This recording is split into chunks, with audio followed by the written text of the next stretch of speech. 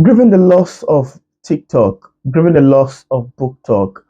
It's very sad actually when I go to, I mean, I recently logged in on TikTok. I've been hearing the news actually about the impending ban. And recently I logged in and I realized that most of my friends are no more on TikTok. I couldn't find their page. It's more like it's wiped off. And it is very saddening, really. And as a TikToker myself, though I'm not resident in the US, I thought I should make a video around the grief of BookTok. I mean, people are putting a lot growing the platform. And I'm making this video as a fellow creator myself because I can't imagine the pain of you having to lose what you've worked hard for a long time. I have friends that has millions of followers on TikTok, on BookTok, several thousands of followers, 500,000, 600,000, 700, 800K, 1 million, 100,000, 200,000, with amazing trumpet of works they've done, books recommendation, author interviews, you know, live videos, book conversations, poetry performances, opinion commentaries, and section where they have to invite other fellow book talkers to share opinion on a particular book.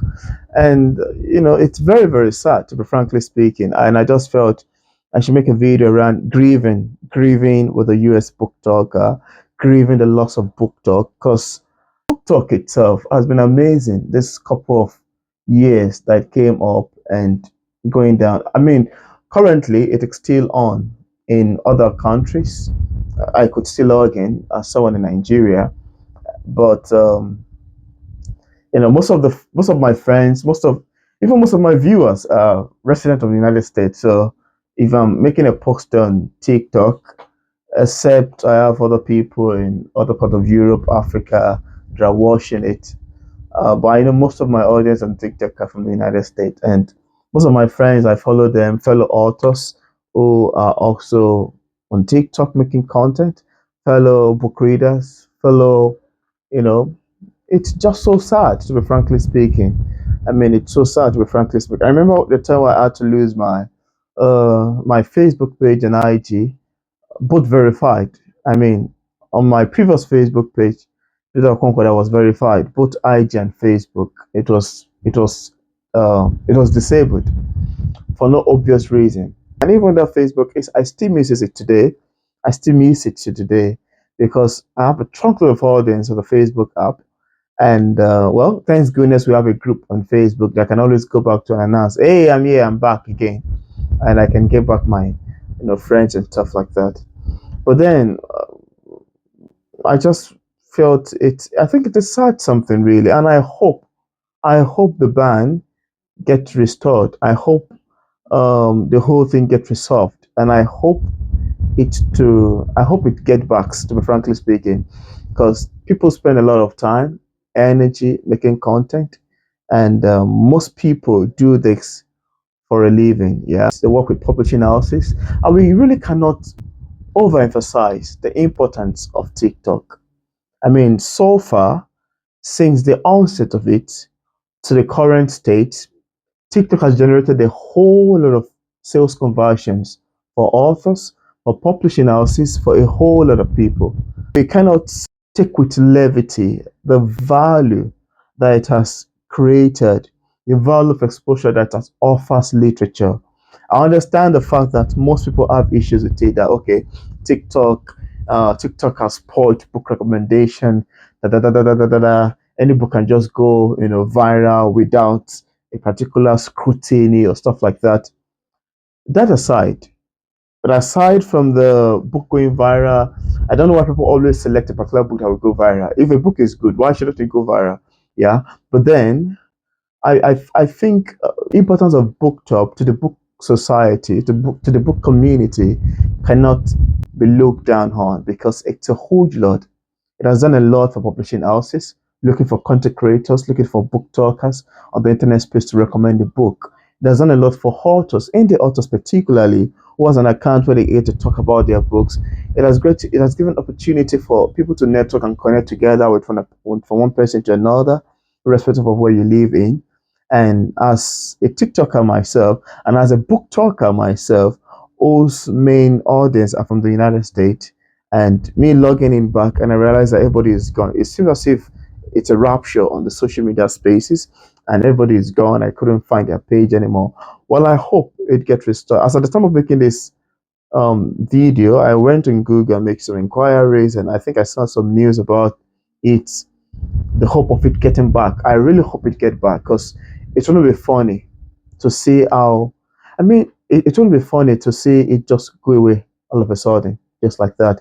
People's hard-earned effort just fly to thin air, disappear like vapor. It's very, very shocking how I'm even finding some content here on YouTube of some booktubers mocking the TikTokers, like, oh, welcome back, unemployed TikTokers. That's not fair. That's not fair. I don't think it's a good idea to make a joke of someone else's mystery, to be frankly speaking. People take a lot to build. It's not an easy job to be the following. It is not an easy job to be the following, to stay on social media, to be relevant, to be quite influential, yeah, to try to build up a community. Yeah, more like you saying YouTube just disappeared all of a sudden. I mean, the number of content creators on YouTube, how are they gonna feel? They're gonna feel really, really bad.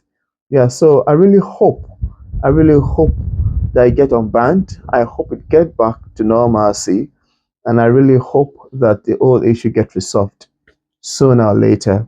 I don't know if you still work with a VPN, if peradventure, if a user log in with a VPN, she need a location if it's still gonna work. But how many people are going to, how many readers are going to have to be using VPN to access the site?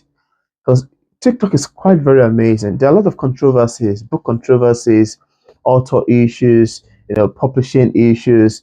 So I'm not doing much edit on this video. This is me just expressing myself, grieving the loss of BookTok, and yeah, just sharing my opinions and how it's really going to influence the book community. It's going to influence publishing houses.